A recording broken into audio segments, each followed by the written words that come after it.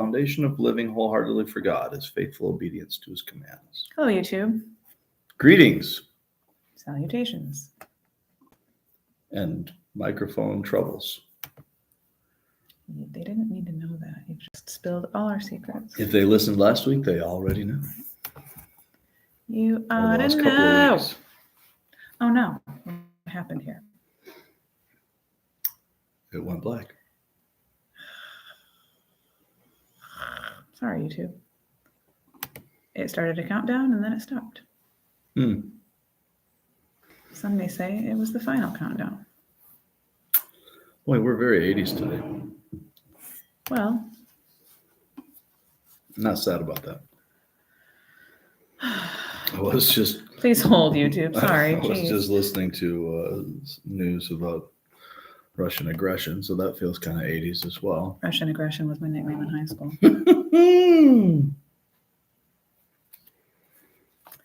So there's that. I feel like we've kind of lost that, let that slip for a little while, and so now Maybe just on the Now we podcast, just but in jumped it back my on. everyday life, it is very much still there to the point where I have my child saying it.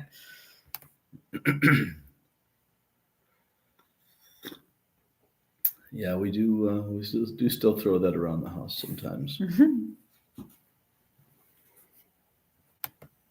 I think Emma said it once, which is Nice. trippy. I have trained I her can well. dig it. I can dig it. Why are we messing up? All of a sudden, Emma's been at the gym like 3 times in 36 hours. Dang, that's a lot. Wow. She's she goes with Evie, and apparently Emma's membership is grandfathered in from when they first started, so she pays a lot less, and Evie's got to make it worthwhile. So Nice. she's like, let's go. So That's they had their funny. recital the other night. And, Oh, yeah. and then went straight to the gym. All right, after let's that. see if this works now. Thanks for hanging, YouTube. So my daughter's stronger than I am. Well, ahoy. Ahoy! We got it for real this time? Second time's a charm. We have something real? Something real. Well, that's good. It's a good thing. Something to talk about. Yeah. Minus. We got a lot of things to talk about. Minus Bonnie Raitt. I never want my life to be minus Bonnie Raitt. No, that was a big thing. That was our song back in the day when Shelly and I were dating. Something to talk about? Yeah. Why? Was it scandalous or something when you were dating? Uh, I don't think it was. I don't think it was. we weren't actually dating at the time, but Uh-huh. we were kind of, it's one of those things. You It's a dumb story. You but stood just a little too close and stared just a little too long. I still do. Yeah. So, excuse me. We're gonna need to put it's not for kids on this podcast. Anyway, Is it ever and my favorite Bonnie Raitt song is "I Can't Make You Love Me." another good It's song? such a good one. That whole album just was good. She had one of those careers that got bigger in her comeback, I think, than it was even Sure. originally. Remember when she won a Grammy a few years ago? I just and loved people her were hair like, too. So She's got great hair. When she won a Grammy a few years ago, and people are like, "Who's Bonnie Raitt? yeah, Who is Bonnie Raitt? right. Go away, be gone." There's, it's always interesting to me to see, when young people rediscover somebody that's been Mhm. around, like, wow, I never, who's this Tom Petty? Never heard of, Johnny Cash. That's a funny name. But- You're a funny name. Anyway. Well, that's something. We got a thing here. Listen, I'm not playing today. Stacy is hardcore. Hardcore Stacy. You're not hardcore unless you live hardcore. So all of my references will be slightly snarky today. Got them all. Anyway, Slightly snarky, I think, was also your nickname that's in high true. school. That's my right? nickname right now. Yeah. I was much nicer in high school. I've become bitter, which is probably not something I should do. So let's talk about the 10 Commandments. Doesn't say thou shalt not be bitter. Well, so Does it? there's a lot of stuff. Ah, As we're looking at, we're going to spend really probably most of the summer looking at the 10 Commandments and seeing them as the foundation of godly living. So pardon me, core reality as we were doing this overview in chapter 5 of Deuteronomy is that the foundation of living wholeheartedly for God is faithful obedience to his commands. So as we look at this, couple of key things that we need to know. It's rooted in who God is, as is everything. So he starts out with, "I am the Lord your God." Moses has been establishing that. This has been really the focus of the first 4 chapters, is looking at who God is and what he's done up until this point in their covenant relationship, looking at his faithfulness in the midst of the people's unfaithfulness. And now, as they're preparing to go into the promised land, he's reviewed that so that the people are on track. You're aware of what God's saying. He just clarified previous to this that there is no other God. There's only one. Nobody like him. There's nobody else like God. No idols. Don't make an idol for yourself in the form of anything, man, woman, creature, whatever. Don't give in to the temptation to worship created things like the sun, moon, and stars. And now he goes back to the 10 Commandments as the foundation of the covenant. So when God called them out of Egypt and made this covenant, the Mosaic covenant with them, he had already given the Abrahamic covenant back in the middle of Genesis 12, and then a couple of times after that, renewed or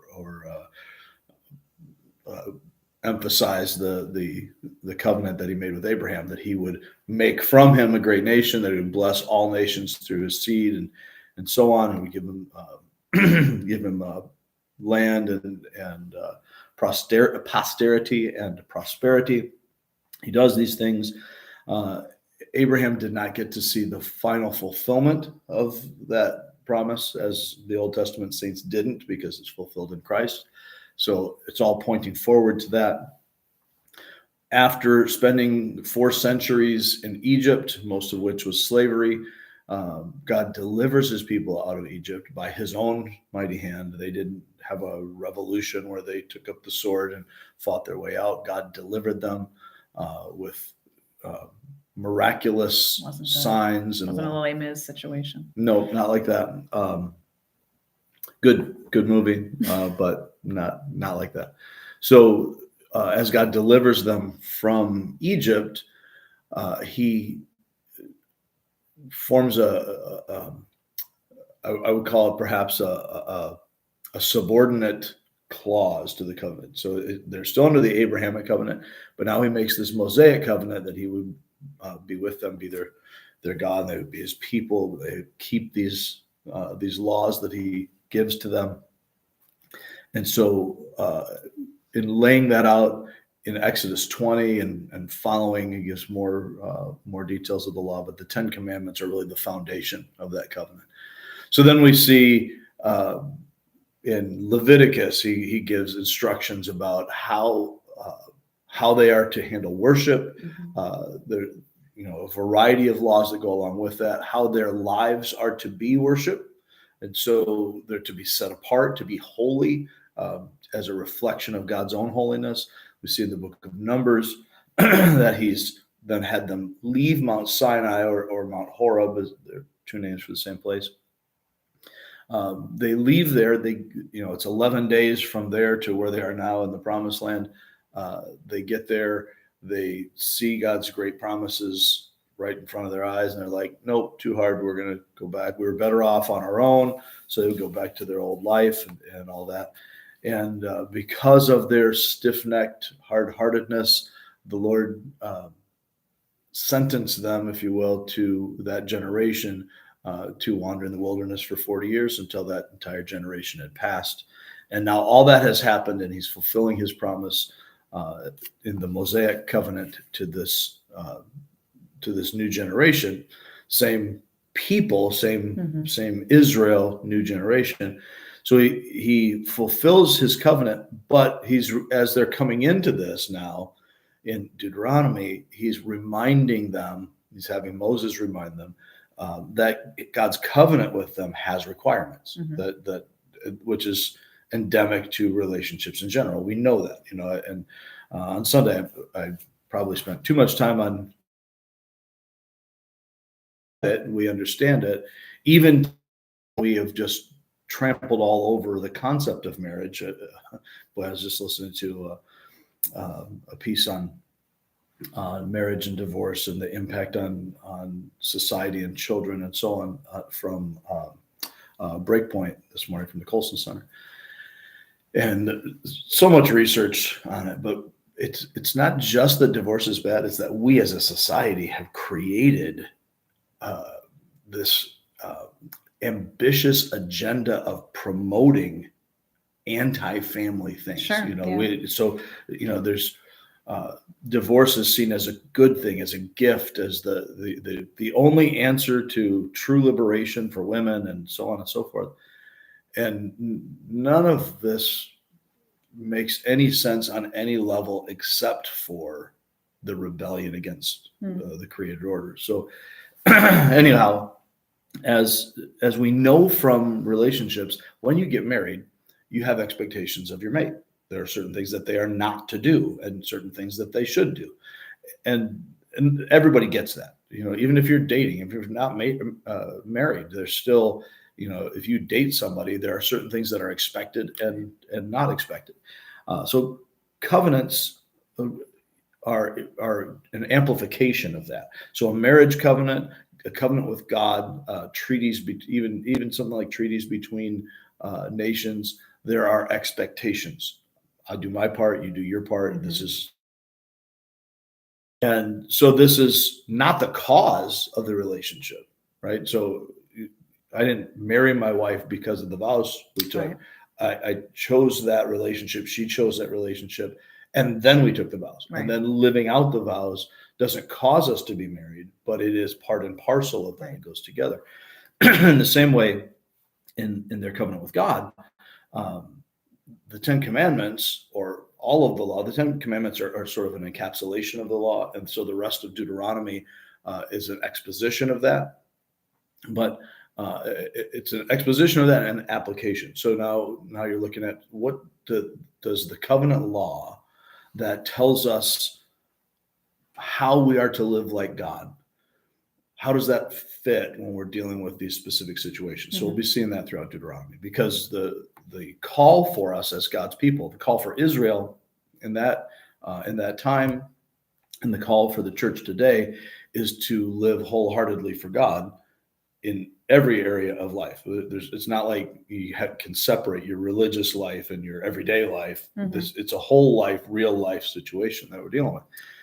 And so the requirements that he gives in the covenant reflect that relationship. He didn't give that law to everyone else.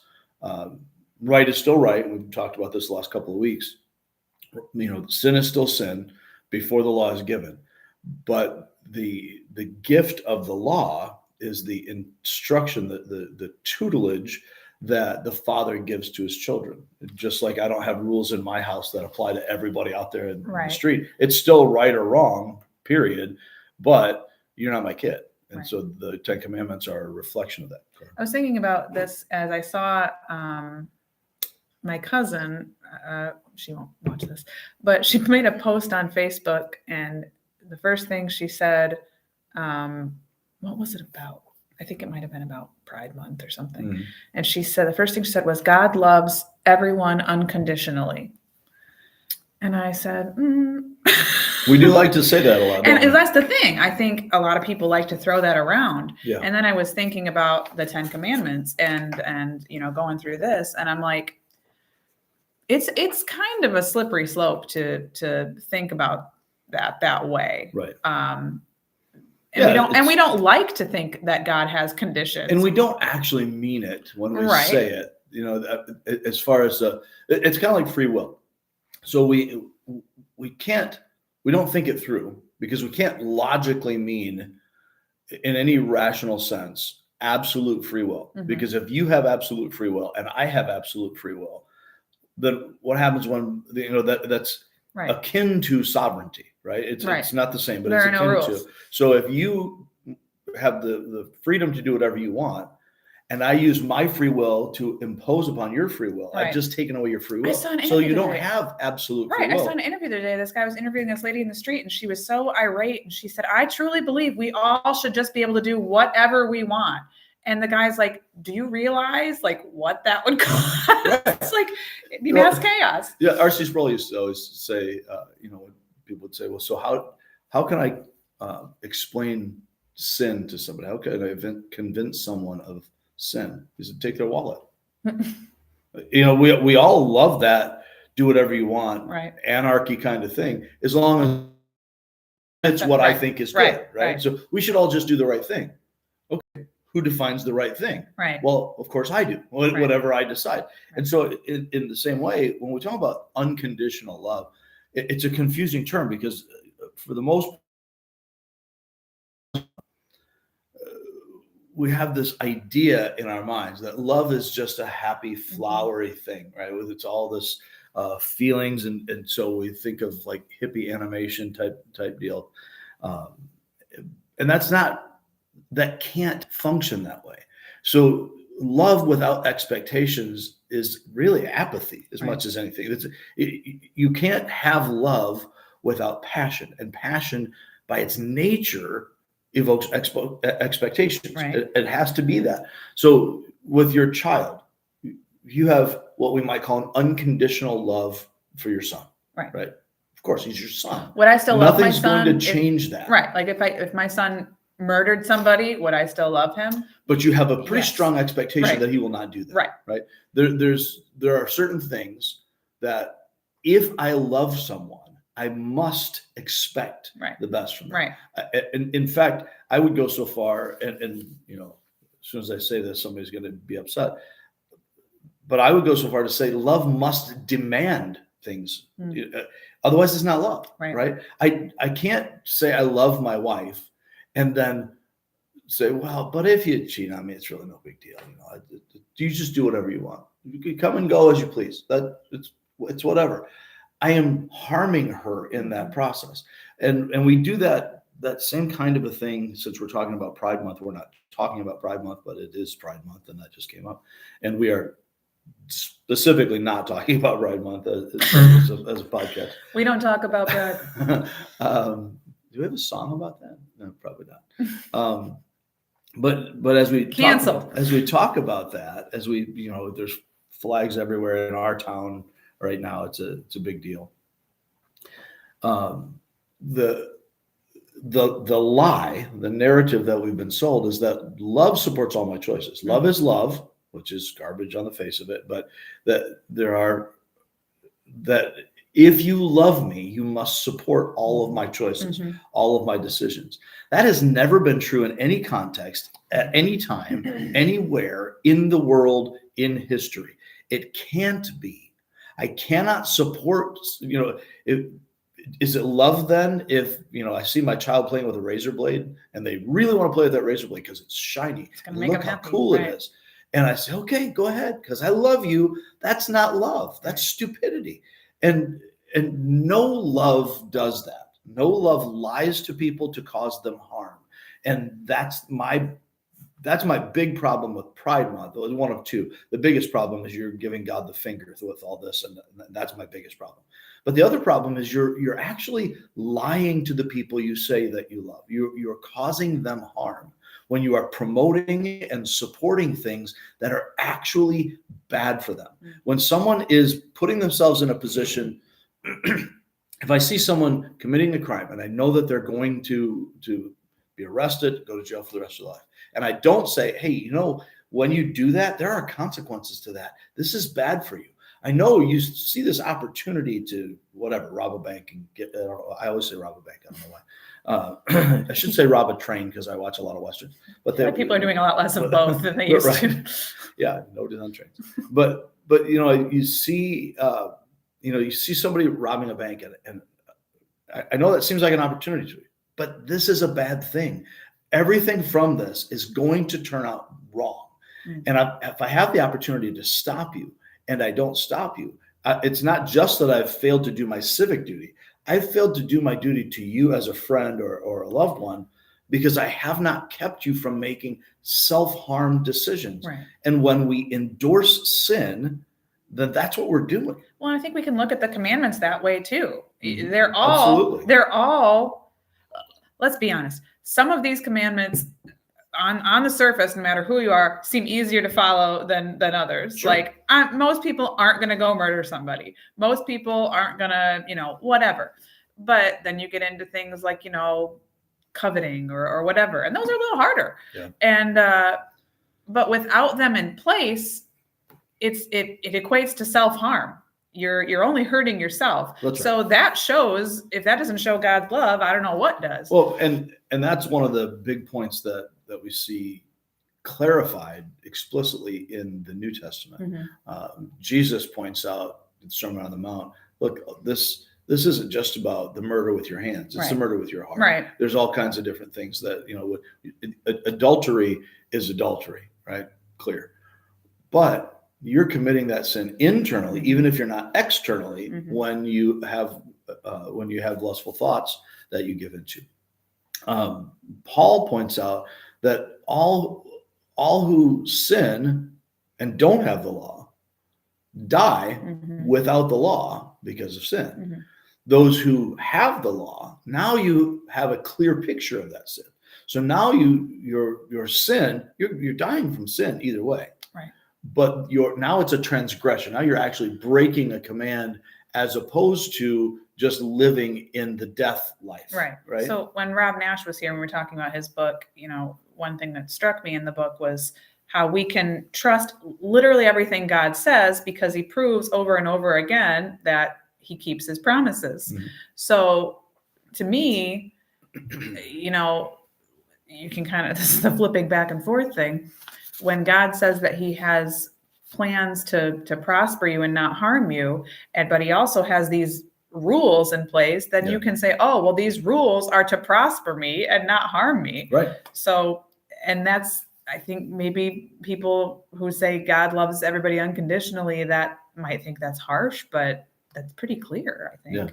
No, I'm not the sharpest tool in the shed, but I think that's pretty clear. And you hit on that. It goes back to the fact that all of God's law stands on the reality of who he is. Right. It's his character that if the foundation of living wholeheartedly for God is faithful obedience to his command, then the foundation of the commands is the reality of who God is, his nature and his character. And so when we see, like even in the Ten Commandments,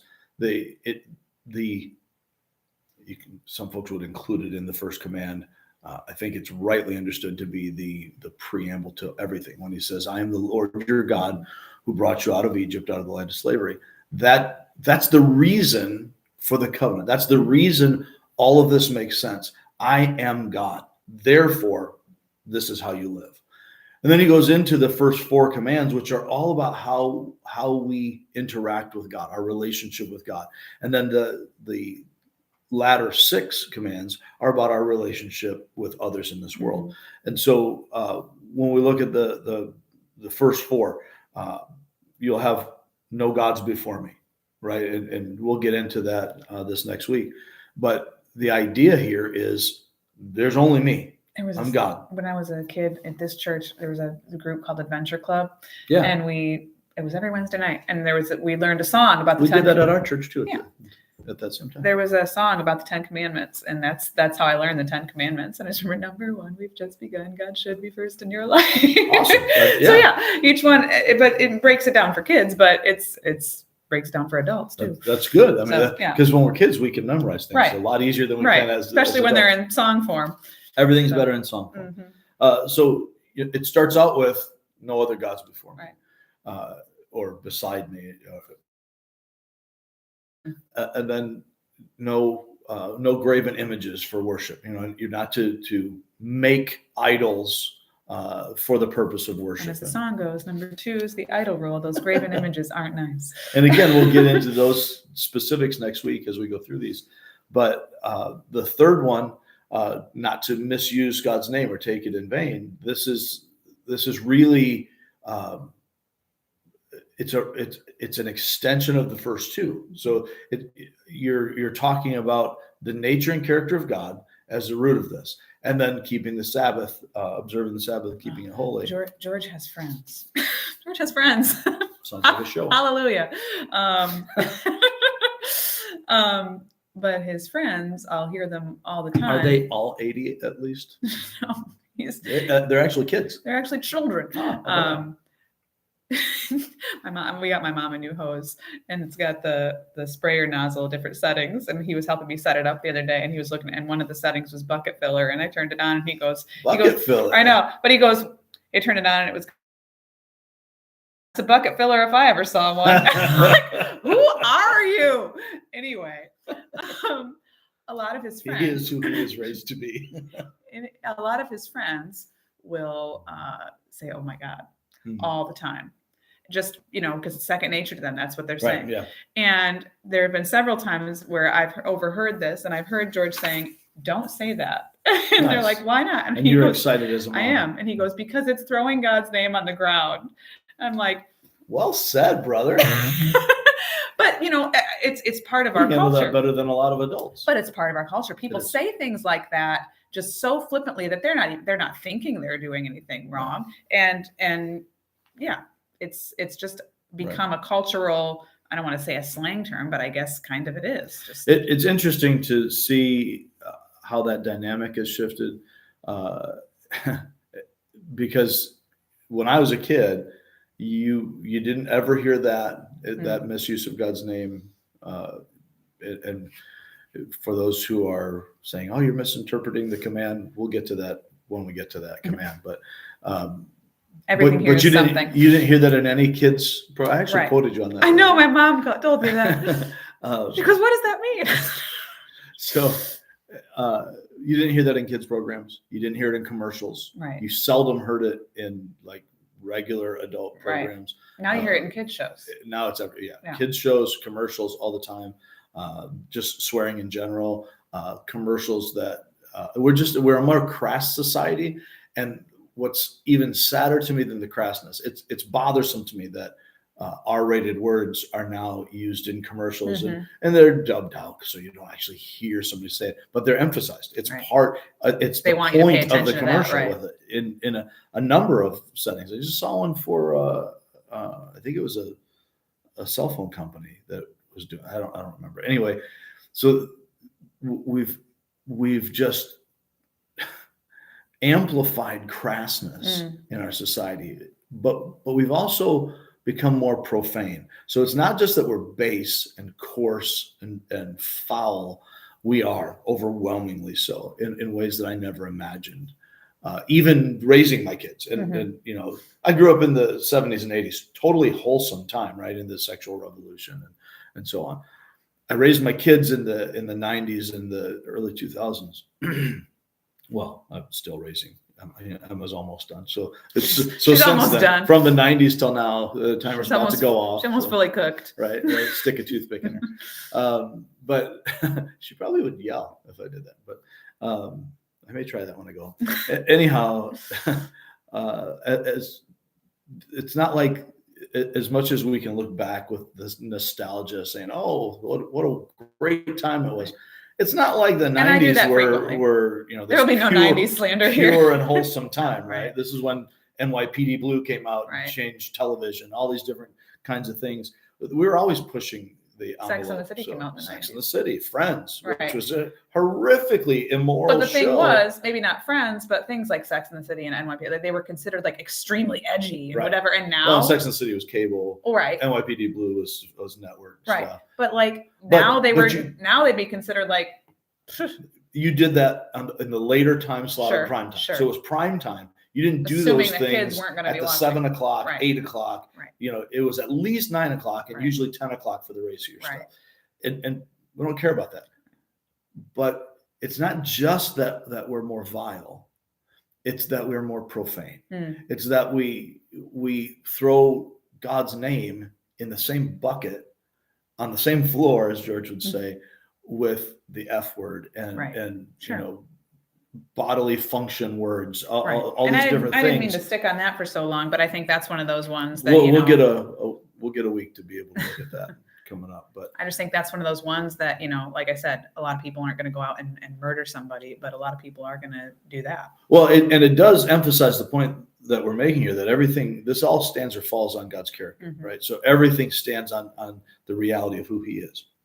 The rest of the commands, 5 through 10, they all hinge on a right understanding of God. Mhm. And we have a right understanding of God, then that gives us a right understanding of how we're to live life horizontally with people around us.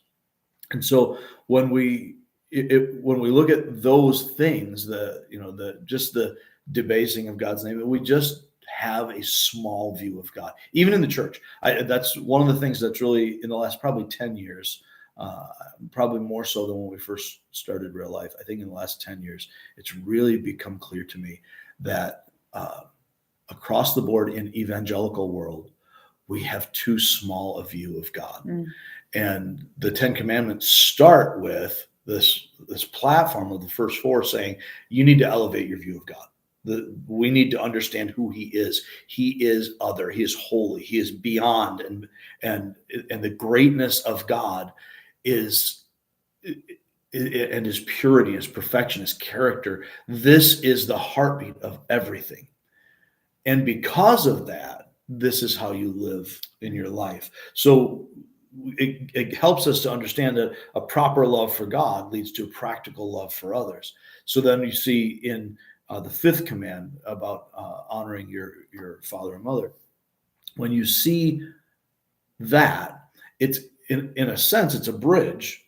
And again, we'll look at all these individually as we go along. In a sense, it's a bridge from the first 4 talking about the nature and character of God to the latter 5, and is included in that, but 5 to 10, in the way we interact with our parents. And that is the most basic level at which we learn authority and submission. It's the most basic level at which we learn character. It's the most basic level at which we learn love.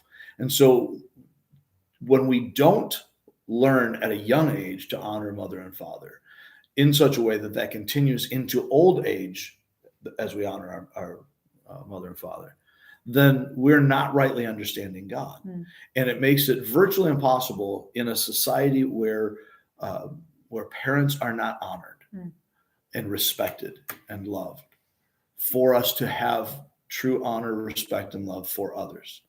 And I think you can see that in just the character of our society today. Sure. So if we root our relationship with our parents, and conversely, if as parents we root our understanding of how we teach this to our children in the character of God, because gentle parenting and all these other movements that want to push parents to take a back seat to their children, well, it's just selfish to try to teach your children to respect you, to teach them to say sir and ma'am, to teach them to be polite, all the things that historically have been taught, and I will absolutely contend should and must be taught.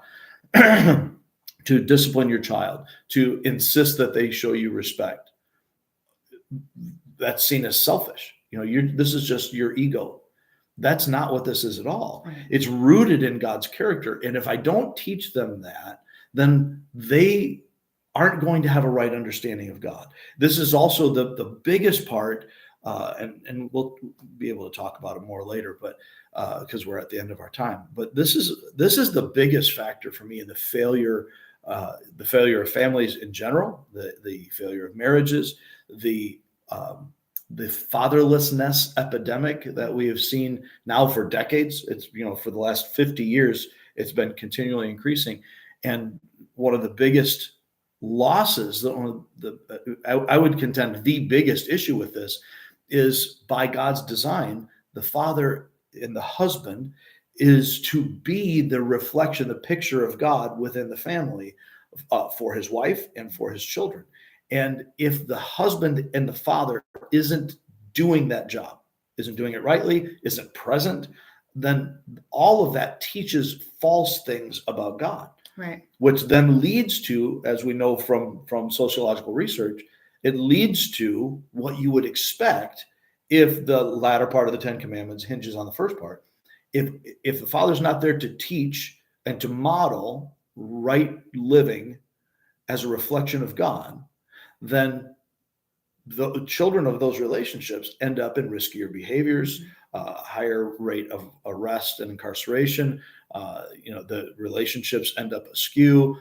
There's all kinds of different earthly impacts that come from that as a natural consequence of not getting the created order and the commands right.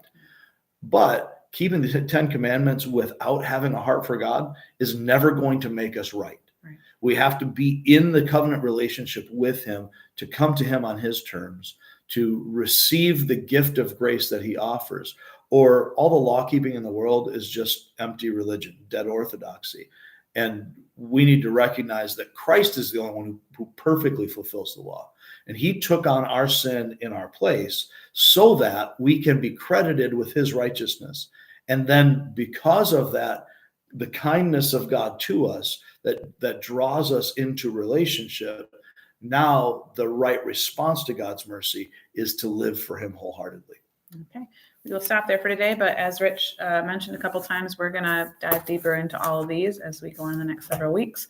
So keep tuning in, and you can follow us as well, or listen to the sermons as well on Sunday mornings. They're live streamed on both Facebook and YouTube and posted here on the podcast later, usually in a few days, but I'm trying to be better about that. So yeah, thank you guys for listening, and we will catch you next time. Farewell, YouTube. Thanks for hanging in. Hi, Jack. Hey, Jack. Okay.